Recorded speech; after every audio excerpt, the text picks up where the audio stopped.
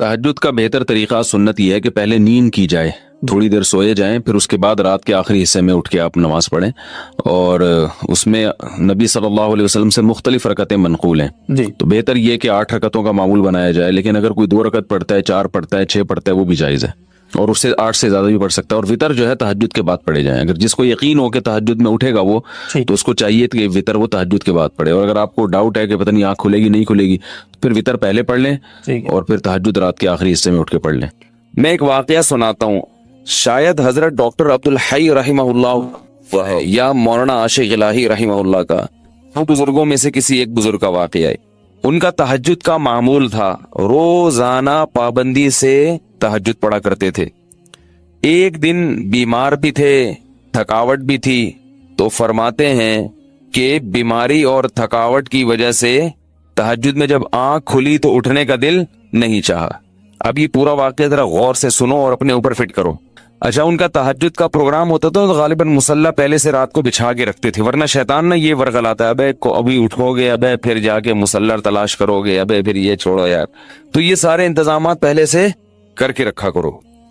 تو وہ انہوں نے کہا کہ سستی ہو رہی ہے، اٹھا نہیں جا رہا، نیند بھی آ رہی ہے، کیا کریں؟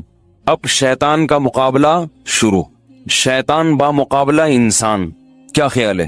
اور یہ مقابلہ انسانوں کے ساتھ ہی ہوتا ہے، جو شیطان جیسے شیطان ہوتے ہیں نا، ان سے شیطان کو مقابلے کی ضرورت نہیں ہوتی۔ وہ کہتے ہیں ویسے ہی پڑا ہوا ہے، میرے کہے بغیر ہی پڑا ہوا ہے، کیا خیال ہے؟ میرے کہے بغیر ہی پڑا ہوا ہے، وہ یہ پڑے ہوئے کو اٹھانے کی چندہ ضرورت نہیں ہے۔ تو اب شیطان نے کیا کیا کہ بھائی سو جا، حدیث میں آتا ہے شیطان تھپکی دیتا ہے، سو جا بھائی بہت لمبی رات ہے۔ تو فرماتے ہیں کہ میں اب شیطان سے مقابلہ کیسے کروں، نفس سستی ہے، تو میں نے نفس کو سمجھانا شروع کر دیا اور شیطان کو ٹوپی کرانا شروع، یہ ٹوپی کے میرے الفاظ ہیں، ان کے نہیں ہیں۔ شیطان کو کیا شروع کر دی؟ ٹوپی کرانا۔ جیسے شیطان بھی ٹوپی کراتا ہے، پتہ ہے آپ کو شیطان پتہ ہے کیسے ٹوپی کراتا ہے؟ شیطان کہتے ہیں صرف ایک دن تو ناغہ کروا رہا ہوں تو اس سے روزانہ تو پڑتا ہے نا، یہ ٹوپیاں ہیں کہ بھائی جب ایک دن چھوڑو گے تو پھر اگلے دن بھی چھوڑو گے، سستی ایک دفعہ ہو گئی تو ہونا شروع۔ پھر شیطان یہ بھی ٹوپی کراتا ہے، کوئی فرض تھوڑی ہے تہجد، تو آج سنتیں چھڑوا رہا ہے، کل فرض چھڑوائے گا۔ فرض کیسے چھڑوائے گا؟ بولے گا چھوڑ دے، توبہ کر لینا، توبہ تو قبول ہو جاتی ہے نا بھائی، کتنا بڑا گناہ ہو جائے توبہ تو قبول ہو جاتی ہے۔ تو یہ ہوتے ہوتے وہ آگے بڑھتا ہے، پھر جہنم میں پہنچائے بغیر وہ اطمینان سے نہیں بیٹھتا۔ تو جیسے شیطان ٹوپی کراتا ہے، آپ بھی شیطان کو ٹوپی کراؤ۔ تو انہوں نے شیطان کو کیسے ٹوپی کرائی؟ انہوں نے شیطان کو ایسے ٹوپی کرائی کہ شیطان نے کہا سو جا سو جا بھائی سو جا، انہوں نے کہا بس اٹھ کے بیٹھ رہا ہوں اور کچھ بھی نہیں کر رہا۔ بھائی لیٹا ہوا آدمی اٹھ کے بیٹھ جائے تو یہ تو کوئی مشکل نہیں ہے نا، بھائی میں بیٹھوں گا دوبارہ سو جاؤں گا، پھر تھوڑی دیر بیٹھوں گا، بس کہہ رہے ہیں اٹھ کے بیٹھ گیا۔ بیٹھنا اتنا مشکل نہیں ہوتا سوتے ہوئے، آپ اس کو بتایا جائے نا 2 منٹ بیٹھو پھر لیٹ جانا، کہتے چلو نیند میں آ کے یوں کر کے اٹھے گا بیٹھے گا۔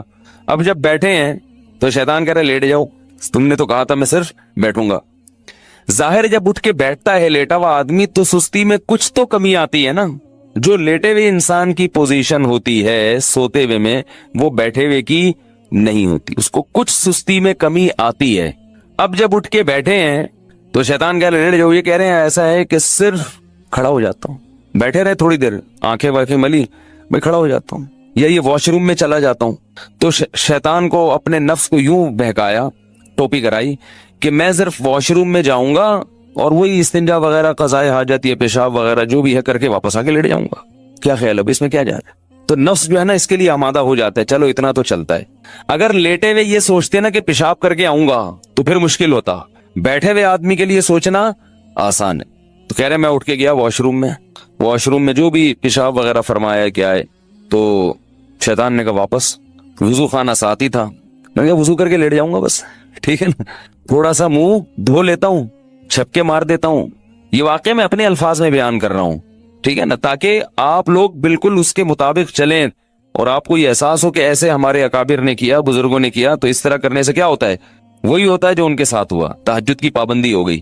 تو اب کیا ہے، کہتے ہیں کہ میں گیا اور پانی کے چھپکے مارے اور پورا وضو کر لیا جلدی سے۔ وضو کے بعد بھی شیطان کیا کہہ رہے ہیں، آ جا لیٹ جا بستر پہ یار، کہہ رہے میں بستر کی طرف جاتے جاتے مصلی کی طرف گیا، جلدی سے نیت باندھ لی اللہ اکبر کر کے، جلدی سے کیا کیا، کیونکہ نیت باندھنے سے پہلے سوچو گے تو شیطان واپس لے جائے گا، تو بھئی اللہ اکبر کہہ کے نیت باندھ لو، پھر دیکھا جائے گا کیا ہوتا ہے۔ تو نیت باندھ لی تو باندھ لی نا، اب تو ہو گئی نا، اب تھوڑی کہیں بھاگ سکتے ہیں, اتنا تو کوئی نالائق نہیں ہوتا کہ نماز توڑ کے بھاگ جائے. تو یہ ٹرک ہوتی ہیں سستی کو دور کرنے کی.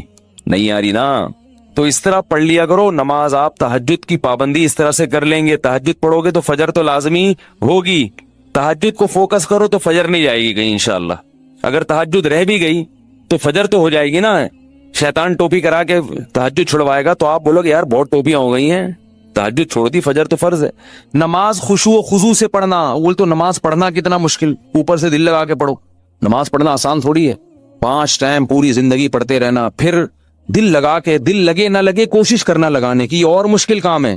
دل ہی نہیں لگتا انسان کا, ادھر ادھر لوگوں کو دیکھو نا نماز میں ناک میں انگلیاں گھما رہے ہیں, کان میں انگلیاں گھما رہے ہیں, پتہ نہیں کیا کیا کر رہے ہیں, ہلے جا رہے ہیں. میں ابھی اسلام آباد ایئرپورٹ پہ تھا تو ایک عرب آیا میرے ساتھ کھڑا ہو گیا. میں تلاش کر رہا تھا جماعت کے لیے کوئی بندہ ملے ایئرپورٹ پہ نا, جماعت کرایا کریں, اکیلے نہ پڑھا کریں. تو جو مسلح بنا ہوا تھا میں تھوڑا انتظار کیا, میں نے کہا دیکھوں کوئی بندہ آتا ہے. تو ظہر کی نماز تھی, میں نے کہا نماز پڑھتا ہوں. تو وہ عرب پینٹ شرٹ میں تھا, میں نے پہلے پہچانا کہ یہ عربی ہے کیونکہ پینٹ شرٹ پہنی ہوئی تھی اور کلین شیف تھا. تو وہ عرب جماعت کے بڑے پابند ہوتے ہیں. اس نے کہا جماعت, میں نے کہا آ جاؤ. اب میں امام بنا, وہ مقتدی بن کے میرے ساتھ کھڑا ہو گیا. اب ساتھ جب کھڑا ہوا ہے وہ تو ہل رہا ہے, یوں ہلا رہا ہے, یوں ہلا. مجھے بڑی الجھن ہو رہی کہ کیا کر رہا ہے بھائی, تو تمیز سے کھڑا ہو جا تھوڑی دیر کے لیے. ہلے جا رہا ہے. پھر حد یہ ہوئی کہ پینٹ اپنی سیدھی کی یوں کر کے. پینٹ جب سیدھی نہیں ہوئی تو بیلٹ کھولی نماز میں بیلٹ کھول کے پوری اچھی طرح سے ٹائٹ کی. پوری نماز اس طرح پڑھی ہے. مجھے بڑا وہ ہو رہا تھا کہ بھائی یہ کیا ہے. وہ قرآن کی آیت یاد آ رہی تھی, والذین هم فی صلاتہم خاشعون, کہ جنت میں جانا ہے تو نماز پڑھنا کافی نہیں ہے, نماز خشوع و خضوع سے. تو دل تو اپنے قابو میں نہیں ہے نا, کم از کم ظاہری جسم تو اپنے قابو میں ہے, اس کو تو انسان قابو میں رکھے. وہ بھی ہلے جا رہا ہے. جب اس نے پینٹ سیدھی کرنا شروع کی, بیلٹ کھول کے, ہے نا کہ یہ زیادہ ہو گئی بھائی, یہ زیادہ ہو گئی. تو ایک صاحب کو میں دیکھتا تھا کہ جب بھی وہ نماز شروع کرتے تھے, نماز تکبیر کے بعد ہاتھ باندھا, اس کے بعد اپنا چشمہ اتار کے جیب میں رکھا. ارے یہ نماز سے پہلے چشمہ اتار کے جیب میں رکھ لو. ہمارے حضرت فرمایا کرتے تھے کہ لوگوں کو پتہ نہیں کیا ہے, نماز کی نیت باندھتے ہی خارش شروع ہو جاتی ہے. فرض نماز کے بعد ہاتھ اٹھا کے دعا مانگنا یا اجتماعی حیت پہ دعا مانگنا کسی بے غبار صحیح حدیث سے ثابت نہیں ہے. کسی بھی صحیح حدیث سے, ایک روایت ہے جو ذرا کمزور ہے جس میں آتا ہے کہ ایک دفعہ نبی صلی اللہ علیہ وسلم نے فرض نماز کے بعد ہاتھ اٹھائے ہیں, مگر وہ روایت کمزور ہے. اور اگر اس کو صحیح مان بھی لیا جائے تو ایک دفعہ. سمجھ میں آ رہی بات؟ تو کتنی دفعہ؟ ایک دفعہ. اصول فقہ کی کتابوں میں لکھا ہوا ہے, تو چاروں مذاہب کی فقہ کی کتابوں میں, کہ حدیث اگر کوئی عمل کثرت سے کیا جاتا ہو اور اس کا نقل کرنے والا صرف ایک ہو تو یہ بات بھی حدیث میں شک پیدا کر دیتی ہے. ایک دفعہ اگر نبی صلی اللہ علیہ وسلم نے کیا ہے تو پتہ یہ چلا کہ اور وہ بھی اجتماعی نہیں, انفرادی طور پر. سمجھ میں آ رہی ہے بات؟ انفرادی طور پر. تو آپ بھی کبھی کبھار انفرادی طور پر رفع الیدین کر لیں. عام معمول اگر نبی کا نمازوں کے بعد, فرض نماز کے بعد ہاتھ اٹھا کر دعا کرنے کا ہوتا, چاہے اجتماعی یا انفرادی, تو اس کے نقل کرنے والے کثرت سے ہوتے.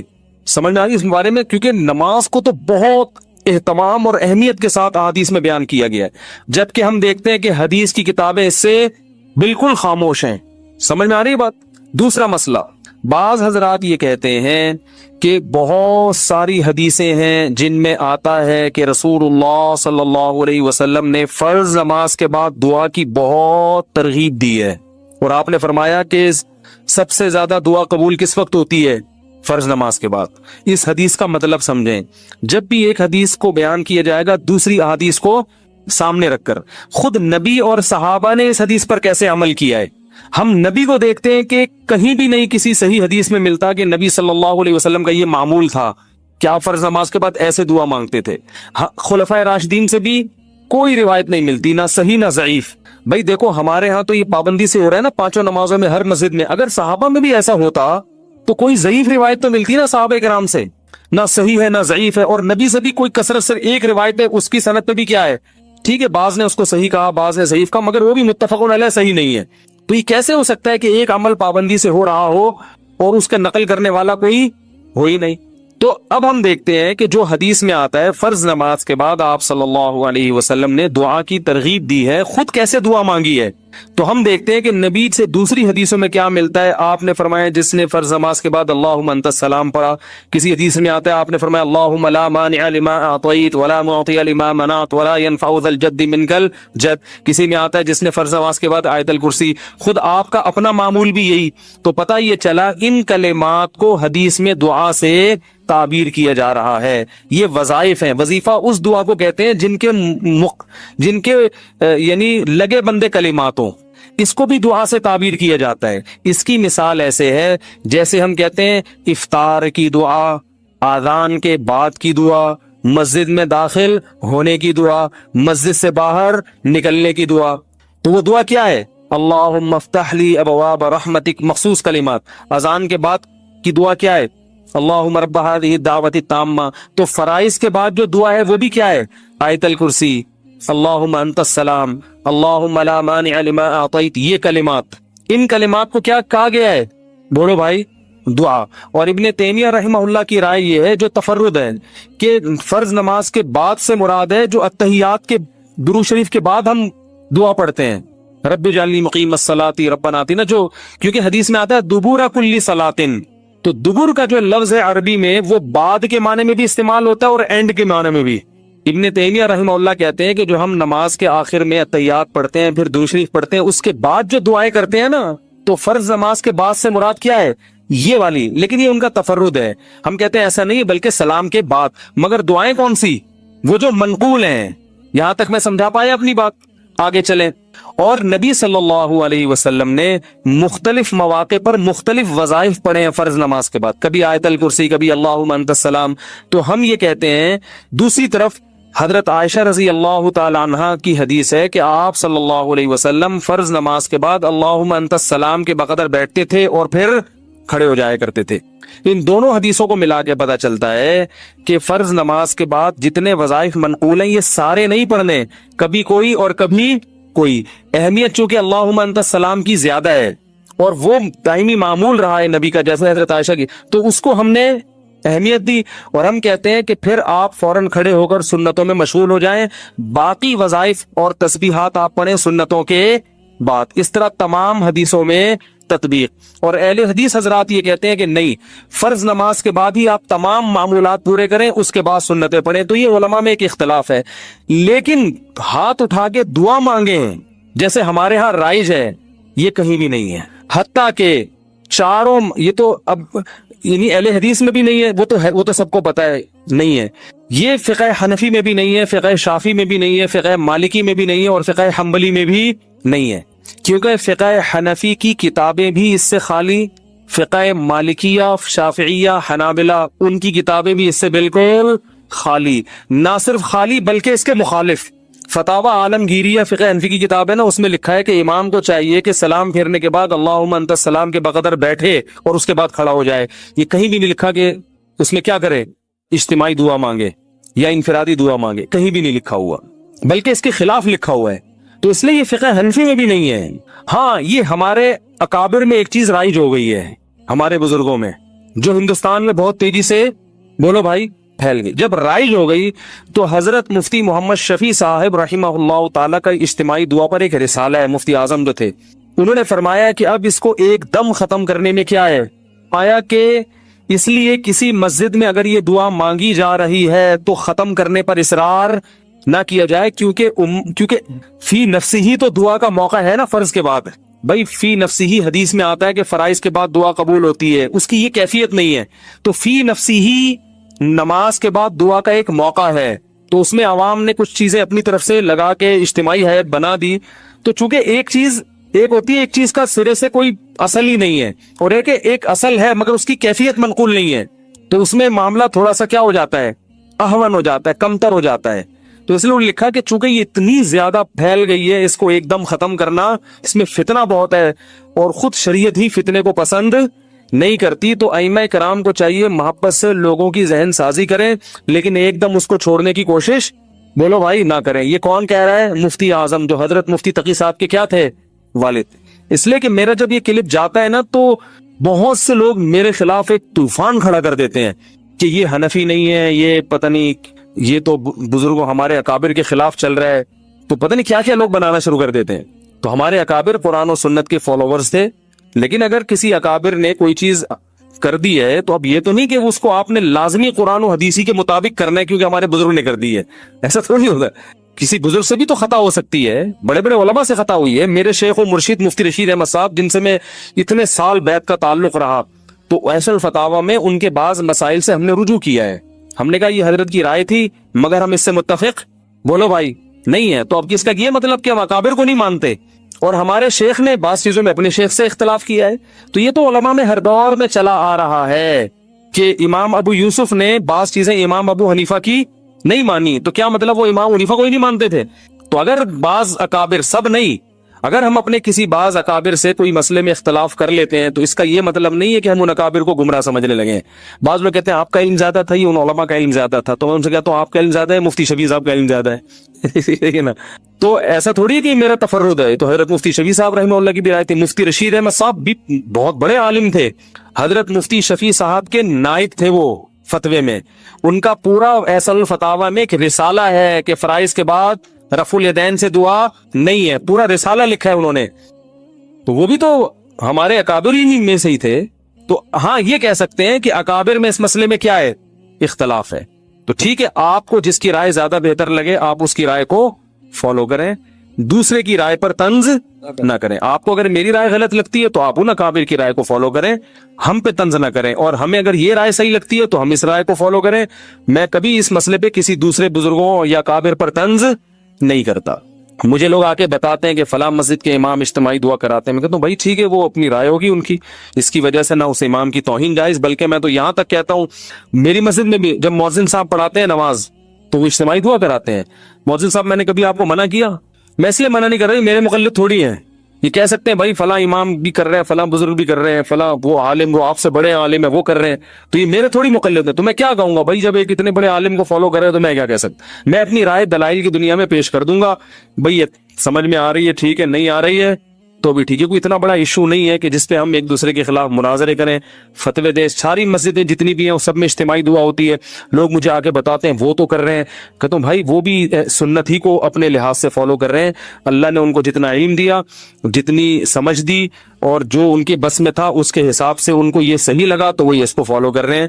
میں کسی پہ الزام نہیں لگاتا کہ میں ہی سنت کا ٹھیکیدار ہوں باقی سارے فراڈی ہیں, ایسا نہیں ہے. ان جس کی جو سمجھ میں اختلاف تو ہوتا ہے نا مسائل میں علماء کا, تو جب اختلاف تو ہوتا ہے نا تو پھر اس لیے وہ تو کوئی بات نہیں. امام ابو یوسف کا امام ابو حنیفہ سے اختلاف ہوا تو یہ تو نہیں کہ وہ غلط ہو, دونوں صحیح ہیں. امام شافعی کا امام ابو حنیفہ سے ہوا تو پھر بھی دونوں صحیح ہیں. تو آپ کو جس کی بات سمجھ میں آ رہی ہے فالو کریں, کسی پر کیچڑ نہ اچھالیں. دلائل کی دنیا میں مجھے یہ بات زیادہ سمجھ میں آ رہی ہے کہ اگر یہ چیز سنت ہوتی تو صحابہ کرام سے منقول کیوں نہیں ہے. لو کان خیرا ما لسبقونا الیہ. صحابہ, تابعین, ائمہ اربعہ اور ہماری جو عربی فتاوی کی کتابیں ہیں ان میں اس کا تذکرہ ہوتا نہیں ہے. تو پھر یہ بات ہمیں سمجھ میں نہیں آتی. سمجھ لیں بات کو. باقی میں بار بار یہ کہتا ہوں کہ اہل حدیث کی ہر بات کو غلط قرار دینا یہ بھی صحیح نہیں ہے. بعض لوگ نے کیا کیا, چونکہ اہل حدیث نے کہا ہے لہذا غلط ہی ہوگا, تو یہ موقف بھی غلط ہے. لا یجرمنکم شنآن قوم علی الا تعدلوا. قرآن کہہ رہا ہے ایمان والو کسی قوم کی دشمنی تمہیں اس بات پر نہ ابھارے کہ تم حق کا دامن چھوڑ دو. اگر اہل حدیث نے کوئی بات درست کی ہے تو آپ کو ماننی چاہیے, غلط کی ہے تو آپ کو بتانا چاہیے. ہم اس بھی تو اہل حدیث کی بہت سی چیزوں کو ہم غلط بھی کہتے ہیں لیکن بہت سی چیزوں کو ہم صحیح بھی کہتے ہیں, اور بہت سی چیزوں کو ہم یہ کہتے ہیں کہ اس میں دونوں طرف احتمال ہے, دونوں رائے, اجتہادی مسئلہ ہے, یہ بھی صحیح ہو سکتا ہے وہ بھی صحیح ہو سکتا ہے. تو اعتدال کا جو راستہ ہے نا وہ نہیں چھوڑنا چاہیے. تو میں کیوں مانگتا ہوں؟ پہلی بات, میں اجتماعی نہیں مانگتا, میں فرض کے بعد اجتماعی دعا نہیں مانگتا. میں اللہم انت السلام پڑھتا ہوں صرف, اور رفع الیدین ہلکا سا کرتا ہوں کیونکہ لوگوں میں تحمل نہیں ہے. اگر میں نے یہ بھی نہیں کیا تو اگلی نماز میں پبلک شارٹ کر دے گی مجھے. چلو کوئی بات نہیں, شارٹ کر رہے گی تو کیا ہوگا, دین کا سارا سلسلہ کیا ہو جائے. کسی اور مسجد میں جائیں گے تو وہاں بھی شارٹ, تیسری مسجد میں گئے وہاں بھی, تو شارٹ ہوتے ہوتے نتیجہ کیا نکلے گا, اپنا ایک الگ فرقہ جو لوگ کر رہے ہوتے لانچ ہو رہا ہوگا, اور اس کا نام کیا ہوگا, اجتماعی دعا بدعت, یہاں سے شروع ہوگی. تو امت کو ایک ایسے کام میں لگائیں گے جس کی شریعت میں کوئی خاص اہمیت بولو بھائی نہیں ہے. تو چونکہ فی فی نفسی ہی ایک چیز جائز ہے، اس کو سنت سمجھنا غلط ہے. تو فی نفسی جب ایک چیز کا جواز ہے اور فی نفسی موقع بھی ہے تو اس گنجائش سے فائدہ اٹھاتا ہوں کہ بھائی چلو فی الحال اتنا کر لو انفرادی، اور اللہم انت السلام پڑھو اس میں، اور تھوڑی دیر رفع الیدین کر لو، عوام کو باقی سمجھاتے رہو. جب یہ مسجد کے نمازیوں میں تحمل پیدا ہو جائے گا، ہم بڑے ہو جائیں گے، بزرگ بن جائیں گے، سفید داڑھی ہو جائے گی، عمر کمر جھک جائے گی، ہم سے بڑے بڑے اکابر دنیا میں موجود ہیں، لوگ کہہ رہے ہیں بھائی ہم ان سے فتویٰ لیں گے آپ سے کیوں لیں، تو ان کو میں نہیں سمجھا، ان لوگوں کو میں بھی اس بات پہ قائل نہیں کر سکتا. تو جب ہم بوڑھے ہو جائیں گے اگر زندہ رہے تو پھر ایک لوگوں کو ہوگا کہ بھائی یہ بھی ایک بزرگ بن چکے ہیں، اب پتہ نہیں وہ دن آئے گا کہ نہیں آئے گا، لیکن اگر ایسا ہو گیا تو پھر ہم چھوڑ دیں گے. مفتی ظہر علی صاحب کی طرف بولیں گے یہ جائز ہے یہ ناجائز ہے، کسی کے باپ میں دم میں تو کر کے دکھا دیں. ٹھیک ہے، حضرت مفتی ظہر علی صاحب جو ہیں وہ جب فتویٰ دیتے ہیں تو ان کی مسجد بھی ذاتی ہے، ان کے مقتدی بھی اخپل ہیں، اپنے ہیں، کسی کی پرواہ بھی نہیں کرتے. فتویٰ دیا، سمجھ میں آیا ٹھیک ہے، نہیں آیا دفعہ یہاں سے چل نکل، تو ہم کہاں جائیں گے بھائی. اب آپ کہہ سکتے ہیں یہ تو دین بیچنا ہوا ہے، یہ تو کیا ہوا کیونکہ کلپ آئے گا فوراً، یہ تو دین، یہ دین بیچنا نہیں ہے. دین کا کام بڑے کام کرنے کے لیے چھوٹے مسائل کو برداشت کرنا. اگر ہمیں مسجد نکال دے یا ادھر سے بھی نکل جائیں تو ہمیں دنیاوی لحاظ سے فائدہ ہی ہوگا، نقصان نہیں ہوگا. سب سے پہلے میں اپنا بزنس کروں گا، ٹھیک ہے نا، بزنس کمپنی بنا کے ٹائٹ طریقے سے کیا کروں گا جو میں ابھی نہیں کر سکتا، اپنے کاروبار کو ٹائم نہیں دے سکتا تو میں کاروبار کو ٹائم دوں گا، نوٹ چھاپوں گا تمیز سے بیٹھ کے جو ابھی نہیں چھاپ سکتا میں. تو یہ مصلحت جو میں اختیار کر رہا ہوں اپنی ذات کے لیے نہیں بلکہ تاکہ دین کا کام ہوتا رہے. اور دوسرا لوگوں سے وہ بات جو لوگوں کی مینٹل اپروچ سے اوپر ہوتی ہے، حدیث میں آتا کلم الناس علی قدر عقولہم، لوگوں کی مینٹل اپروچ سے اوپر باتیں نہ کرو. تو یہ مسئلہ پبلک کی مینٹل اپروچ سے کیا بن چکا ہے اوپر، کیونکہ بہت سارے علماء کر رہے ہیں تو اب لوگ کہیں گے یار وہ علماء نہیں ہے، تو پھر یہی ہے کہ بھائی چلو درمیانی راہ اختیار کرو، چلاؤ بس. تو اس لیے ہم یوں کرتے ہیں اللہم انت السلام و منک السلام و تبارکت یا ذا، چلو اس سے کیا ہو رہا ہے یار. اور بیانات میں بتاتا رہتا ہوں کہ اتنا بھی ثابت نہیں ہے، کبھی کبھار کر لے تو ٹھیک ہے، کبھی کبھار رفع الیدین بھی ٹھیک ہے، کبھی کبھار لوگوں کو اجتماعی دعا بھی ٹھیک ہے، لوگوں کو تعلیم دینے تو احیاناً تو ٹھیک ہے. اس کا معمول بنا لینا، اتنا معمول کہ جو نہ کرے اس کو لوگ ملامت کریں، بلکہ معمول بھی اس حد تک غلط نہیں ہے کہ چلو ایک آدمی کو ہاتھ اٹھا کے دعا میں زیادہ دل لگ رہا ہے تو مانگ لے، تو پابندی بھی تو نہیں ہے نا، لیکن اتنا اس پہ التزام کہ نہ کرنے والے کو ملامت کی جائے. مسجدوں میں جو اجتماعی دعائیں ہر نماز کے بعد ہو رہی ہیں اس کو بھی غلط نہیں کہیں گے. غلط کیا ہے؟ جو نہیں مانگے اس کو کیا کہتے ہیں؟ اس پہ ملامت ہوتی ہے. یہ بہت غلط چیز ہے. تو اس لیے اگر اہل حدیث کے ہاں نہیں ہوتی تو اچھی بات ہے، چاہے ہمارے ہاں بھی نہ ہو. مفتی رشید احمد صاحب کے ہاں ہم نے کئی سال رہے ہیں، ایک نماز کے بعد بھی انہوں نے کبھی دعا نہیں منگوائی، کبھی بھی نہیں، اور رفع الیدین سے بھی دعا نہیں کرتے تھے. باقی پھر سنتوں کے بعد اپنی دعا مانگتے تھے گھنٹوں گھنٹوں. دعاؤں کا تو حضرت کو ایسے عاشق تھے کہ حضرت سے جب کوئی آ کے کہتا تھا کہ حضرت دعا کر دیں، حضرت رفع الیدین کے بغیر دعا کر دیتے تھے. کہتا تھا ہاتھ اٹھا کے دعا کریں، حضرت فرماتے تھے جب میں ہاتھ اٹھاتا ہوں تو پھر جلدی گراتا نہیں. فرمائے پھر میں کہتا ہوں جس کے دربار میں ہاتھ اٹھائے ہیں اتنا بڑا بادشاہ ہے، پھر تو وہ پھر ایسا ہی ہوتا. ہمارے حضرت جب دعا پہ آتے تھے اتنی لمبی دعا. ایک دفعہ حضرت نے نماز کے بعد لوگوں نے کہا دعا مانگے، حضرت نے کہا چلو تو بہت اصرار کر رہے تو مانگتے ہیں. سندھ میں تھے حضرت، تو حضرت نے پھر ہاتھ اٹھا لیے. پھر حضرت کو تو دعا میں اتنا مزہ آتا تھا، گم ہو جاتے تھے، ایسا گم، پیچھے پبلک شاٹ، ایک بھاگا کھسکا، دوسرا کھسکا، تیسرا، ہوتے ہوتے آخر میں حضرت رہ گئے. اگلی نماز پڑھائی حضرت نے، کسی نے نہیں کہا، انہوں نے کہا بغیر دعا، بغیر اجتماع کے ہی بہتر ہے. تو ہمارے حضرت کو دعا میں بہت لطف آتا تھا. جب دعا شروع کرتے تو بس ایک بیان میں حضرت جب بیان کرتے کرتے شاعری شروع کرتے اللہ کی محبت میں، اس میں حضرت کا جیسے میرا بیان ہوتے ہوتے شادیوں پہ ہے تو پورا ٹاپک چینج نا، ایک دم شادیاں شروع ہو جاتا ہے. تو ہمارے حضرت جب اللہ کی محبت پہ آتے تھے نا بیان کے دوران، موضوع کچھ اور چل رہا ہے، جہاں اللہ کی محبت آ گئی ٹاپک چینج، حضرت کا رنگ چینج ہو جاتا تھا. اور پھر جو اللہ کی عشق میں اشعار شروع کرتے، فرماتے ارے کدھر چلا گیا، یہ کہتے تھے، کہتے ہیں پھر مزہ ہی آ گیا، پھر وہی چلتا رہتا تھا. بڑا مزہ آتا تھا ہمیں بھی، کیونکہ وہ دل کی جو اللہ کی محبت کی جو چنگاری تھی وہ چہرے سے جھلکتی تھی، وہ بیان میں جھلکتی تھی. تو آج ہم جیسے خشک مولوی مارکیٹ میں پیدا ہو گئے ہیں، ٹھیک ہے، تو اہل اللہ سے مضبوط تعلق پیدا کریں، اس سے اللہ کی محبت کی چنگاری پیدا ہوتی ہے.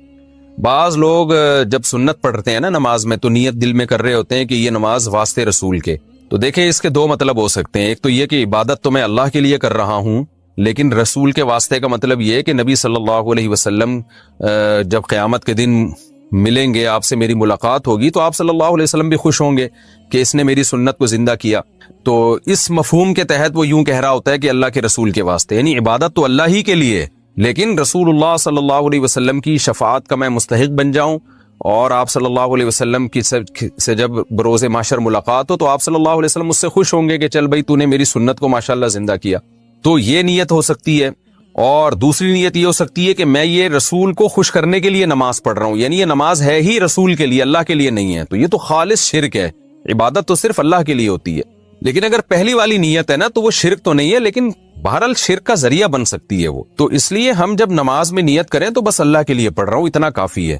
باقی نبی صلی اللہ علیہ وسلم تو بروز محشر جب آپ کے علم میں یہ بات لائی جائے گی کہ یہ سنتوں کو بھی زندہ رکھتا تھا، تو آپ صلی اللہ علیہ وسلم کی رضا تو ہمیں انشاءاللہ ملے گی، اور آپ صلی اللہ علیہ وسلم کی شفاعت کا ذریعہ یہ چیز بنے گی، اور حوض کوثر سے پانی پینے کا ذریعہ بنے گی. تو ایسی نیت کرنا جس میں شرک کا وہم بھی ہونا، اس نیت سے ہمیں اجتناب کرنا چاہیے، کیونکہ عبادت ہے نا. عبادت میں پھر شرک میں اور توحید میں بڑا باریک سا فرق رہ جاتا ہے. تو عبادت کو ایسی نیت ہو کہ بالکل آپ اس کو ایکسپلین کر سکیں. تو ایسے مبہم الفاظ نیت میں نہیں کہنے چاہیے، نہ سوچنے چاہیے. تو سیدھا سیدھا نیت کریں، بس اللہ کے لیے میں نماز پڑھ رہا ہوں، بس اتنی نیت کافی ہے. پہلے سوال ہے جی محمد صاحب انڈیا، محمد صاحب کی طرف سے جو انڈیا سے ہیں، کیا نماز میں نیت کے لیے یہ کہنا ضروری ہے کہ میں 4 رکعت فرض نماز پڑھ رہا ہوں، منہ میرا کعبہ شریف کی طرف، امام صاحب کے پیچھے، یا دل میں ہی پتا ہو کہ آپ 4 رکعت فرض پڑھ رہے ہیں تو یہ بھی کافی ہوگا؟ دیکھیں یہ کہ منہ میرا کعبہ شریف کی طرف اور اس امام کے پیچھے، تو منہ تو کعبہ شریف کی طرف ہوتا ہے تو نماز ہوتی ہے، اس لیے اس کی نیت ضروری نہیں ہے. باقی یہ کہ امام کے پیچھے میں دل میں اتنا ارادہ کافی ہے کہ میں جماعت سے نماز پڑھ رہا ہوں، اب اکیلا نہیں پڑھ رہا. بعض دفعہ انسان صف میں کھڑا ہوتا ہے اپنی نیت باندھ لیتا ہے، تو دل میں بس اتنا ارادہ ہوتا ہی ہے. جب آپ صف میں کھڑے ہیں تو اور کیا کرنے کے لیے کھڑے ہیں؟ اپنی نماز تھوڑی پڑھنے کے لیے کھڑے ہیں. تیسرا مسئلہ یہ کہ 4 رکعت فرض پڑھ رہا ہوں، 2 رکعت فرض پڑھ رہا ہوں، یہ نیت لغو ہے. آپ فجر کے 2 فرض پڑھ رہے ہیں اور آپ نیت یہ کریں میں 4 پڑھ رہا ہوں، تو بھی فجر کے 2 ہی ہوں گی، اس سے کوئی فرق نہیں پڑے گا، کیونکہ وہ اللہ کی طرف سے پہلے سے 2 رکعت متعین ہے. آپ کے 4 کہنے سے وہ فرق نہیں پڑے گا. ظہر میں آپ نے یہ نیت کر لی کہ میں ظہر کی 2 رکعت پڑھ رہا ہوں، تو بھی نماز آپ کی ہو جائے گی، کیونکہ ظہر کی 4 رکعت ہوتی ہیں، 2 ہوتی نہیں ہیں. سفر میں آپ نے 2 پڑھنی ہے، اگر آپ نے یہ نیت کر لی میں 4 پڑھ رہا ہوں تو بھی 2 ہی پڑھنی پڑیں گی اور نماز ہو جائے گی، کیونکہ سفر میں اللہ کی طرف سے 2 متعین ہے.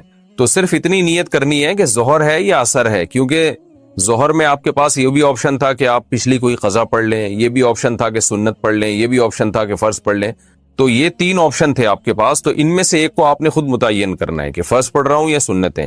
نمبر 2 ظہر پڑھ رہا ہوں یا پچھلی کوئی قضا پڑھ رہا ہوں. تو جب آپ نے یہ نیت کر لی کہ نہیں جی ظہر ہے، تو وہ 4 رکعتیں 2 رکعتیں یہ لغو کام ہو جائے گا، اس کی ضرورت نہیں ہے. بس اتنی نیت کہ ظہر ہے اور فرض ہے، بس. یعنی فرض سے میری مراد کہ ظہر ہے، آج کی ظہر ہے، یہ بھی ضروری نہیں کہ فرض ہے، کیونکہ ظہر تو ہے ہی فرض، تو سنت نہیں ہے. سنتیں پڑھ رہے ہیں تو دل میں یہ نیت ہو کہ یہ ظہر میں سنت پڑھ رہا ہوں، میں فرض نہیں پڑھ رہا. تو بس اتنی کافی ہے. آج کل نیتوں میں بہت زیادہ غلو ہونے لگا ہے. نماز میں نیت ضروری ہے یا تکبیر کہنا کافی ہے؟ فرض نماز میں نیت کرنی ہوگی یا صرف اللہ اکبر بولنا ہوگا؟